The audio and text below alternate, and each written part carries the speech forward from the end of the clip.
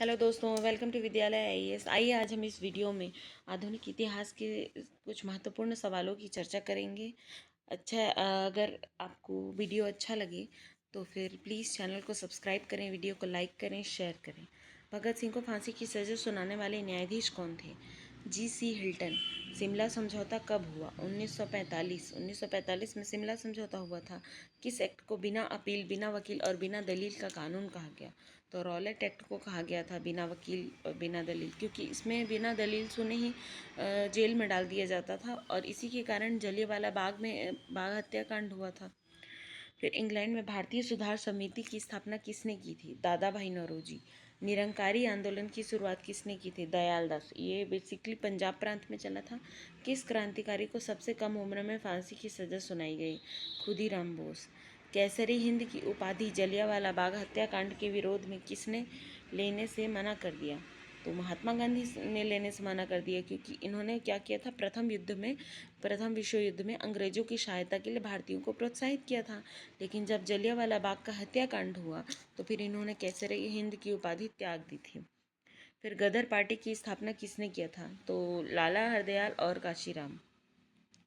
Simon commission को किस नाम से जाना जाता था? व्हाइट मैन कमीशन, क्योंकि इसमें सभी गोरे थे, मतलब अंग्रेज थे और इन्हें भारत के लिए कानून बनाना था। तो विरोध ये हुआ कि जब भारत के लिए कानून बनाना है तो किसी भारतीय को भी इंक्लूड करना चाहिए, तो इसीलिए साइमन कमीशन को व्हाइट मैन कमीशन भी कहा गया।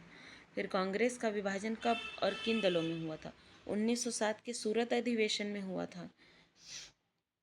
1907 में नरम दल और गरम दल सूरत अधिवेशन में।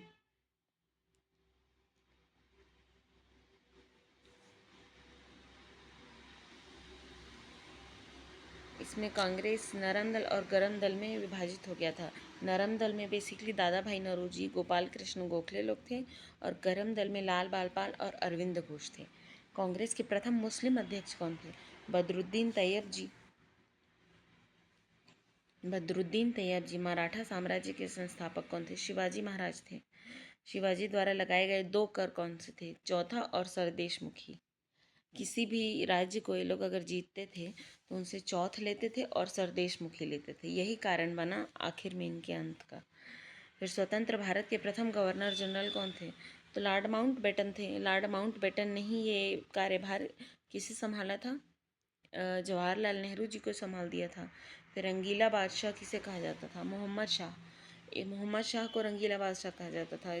कई लोग इसे मोहम्मद शाह रंगीला के भी नाम से जानते हैं। फिर ईरान का नेपोलियन किसे कहा जाता था? नादिर शाह को ईरान का नेपोलियन कहा जाता था, नादिर शाह, जिसका भारत में भी आक्रमण हुआ था। मुगल दरबार में आने वाला प्रथम अंग्रेज कौन था? Captain Hawkins. Captain Hawkins Mughal दरबार में आने वाला प्रथम अंग्रेज। गुरुमुखी लिपि का आरंभ किसने किया था? गुरु अंगद ने किया था। गुरुमुखी गुरु अंगद। फिर प्रथम गोलमेज सम्मेलन 17 नवंबर 1930। क्रमशः 1930, 31 और 32 में प्रथम, द्वितीय और तृतीय गोलमेज सम्मेलन हुए हैं। ये आयोजित कहाँ पे होते थे? ये इंग्लैंड में आयोजित होते थे। Round table conference.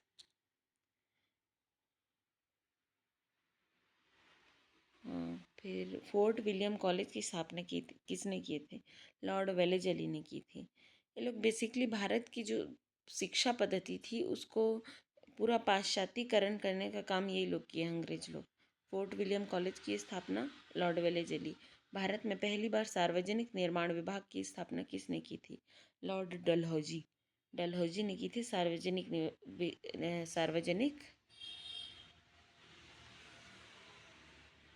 निर्माण विभाग की स्थापना। फिर अजमेर PWD जिसको हम लोग कहते हैं, अजमेर में मेयो कॉलेज की स्थापना किसने की थी? लॉर्ड मेयो ने की थी। भारत के उद्धारक की संज्ञा लॉर्ड रिपन को दी जाती है। जो इससे पहले लिटन आए थे, लिटन ने बहुत ही कठोर कानूनों को लागू कर दिया था और उसके बाद रिपन आए। रिपन बहुत ही अच्छे थे, मतलब उन्होंने जितने भी गलत कानून थे सबको हटा दिया। महात्मा गांधी के राजनीतिक गुरु कौन थे? गोपाल कृष्ण गोखले। लंपट मूर्ख किसे कहा जाता था? जहांदार शाह को लंपट मूर्ख कहा जाता था। तात्या टोपे का वास्तविक नाम? रामचंद्र पांडुरंग। डंडा फौज का गठन किसने किया था? चमनदीप। चमनदीप ने किया था डंडा फौज का गठन पंजाब में। जलियांवाला बाग हत्याकांड में जनरल डायर का सहयोग करने वाले भारतीय कौन थे? हंसराज। इसका नाम बहुत ही इंपॉर्टेंट हो जाता है, हंसराज। जलियांवाला बाग में क्या किया था?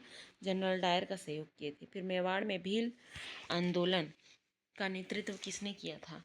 मोतीलाल तेजावत। मोतीलाल तेजावत ने किया था मेवाड़ में भील आंदोलन का नेतृत्व। फिर फॉरवर्ड ब्लॉक संस्था की स्थापना किसने की है? संस्थापक कौन थे? सुभाष चंद्र बोस। खालसा पंथ की स्थापना किसने की? तो गुरु गोविंद सिंह।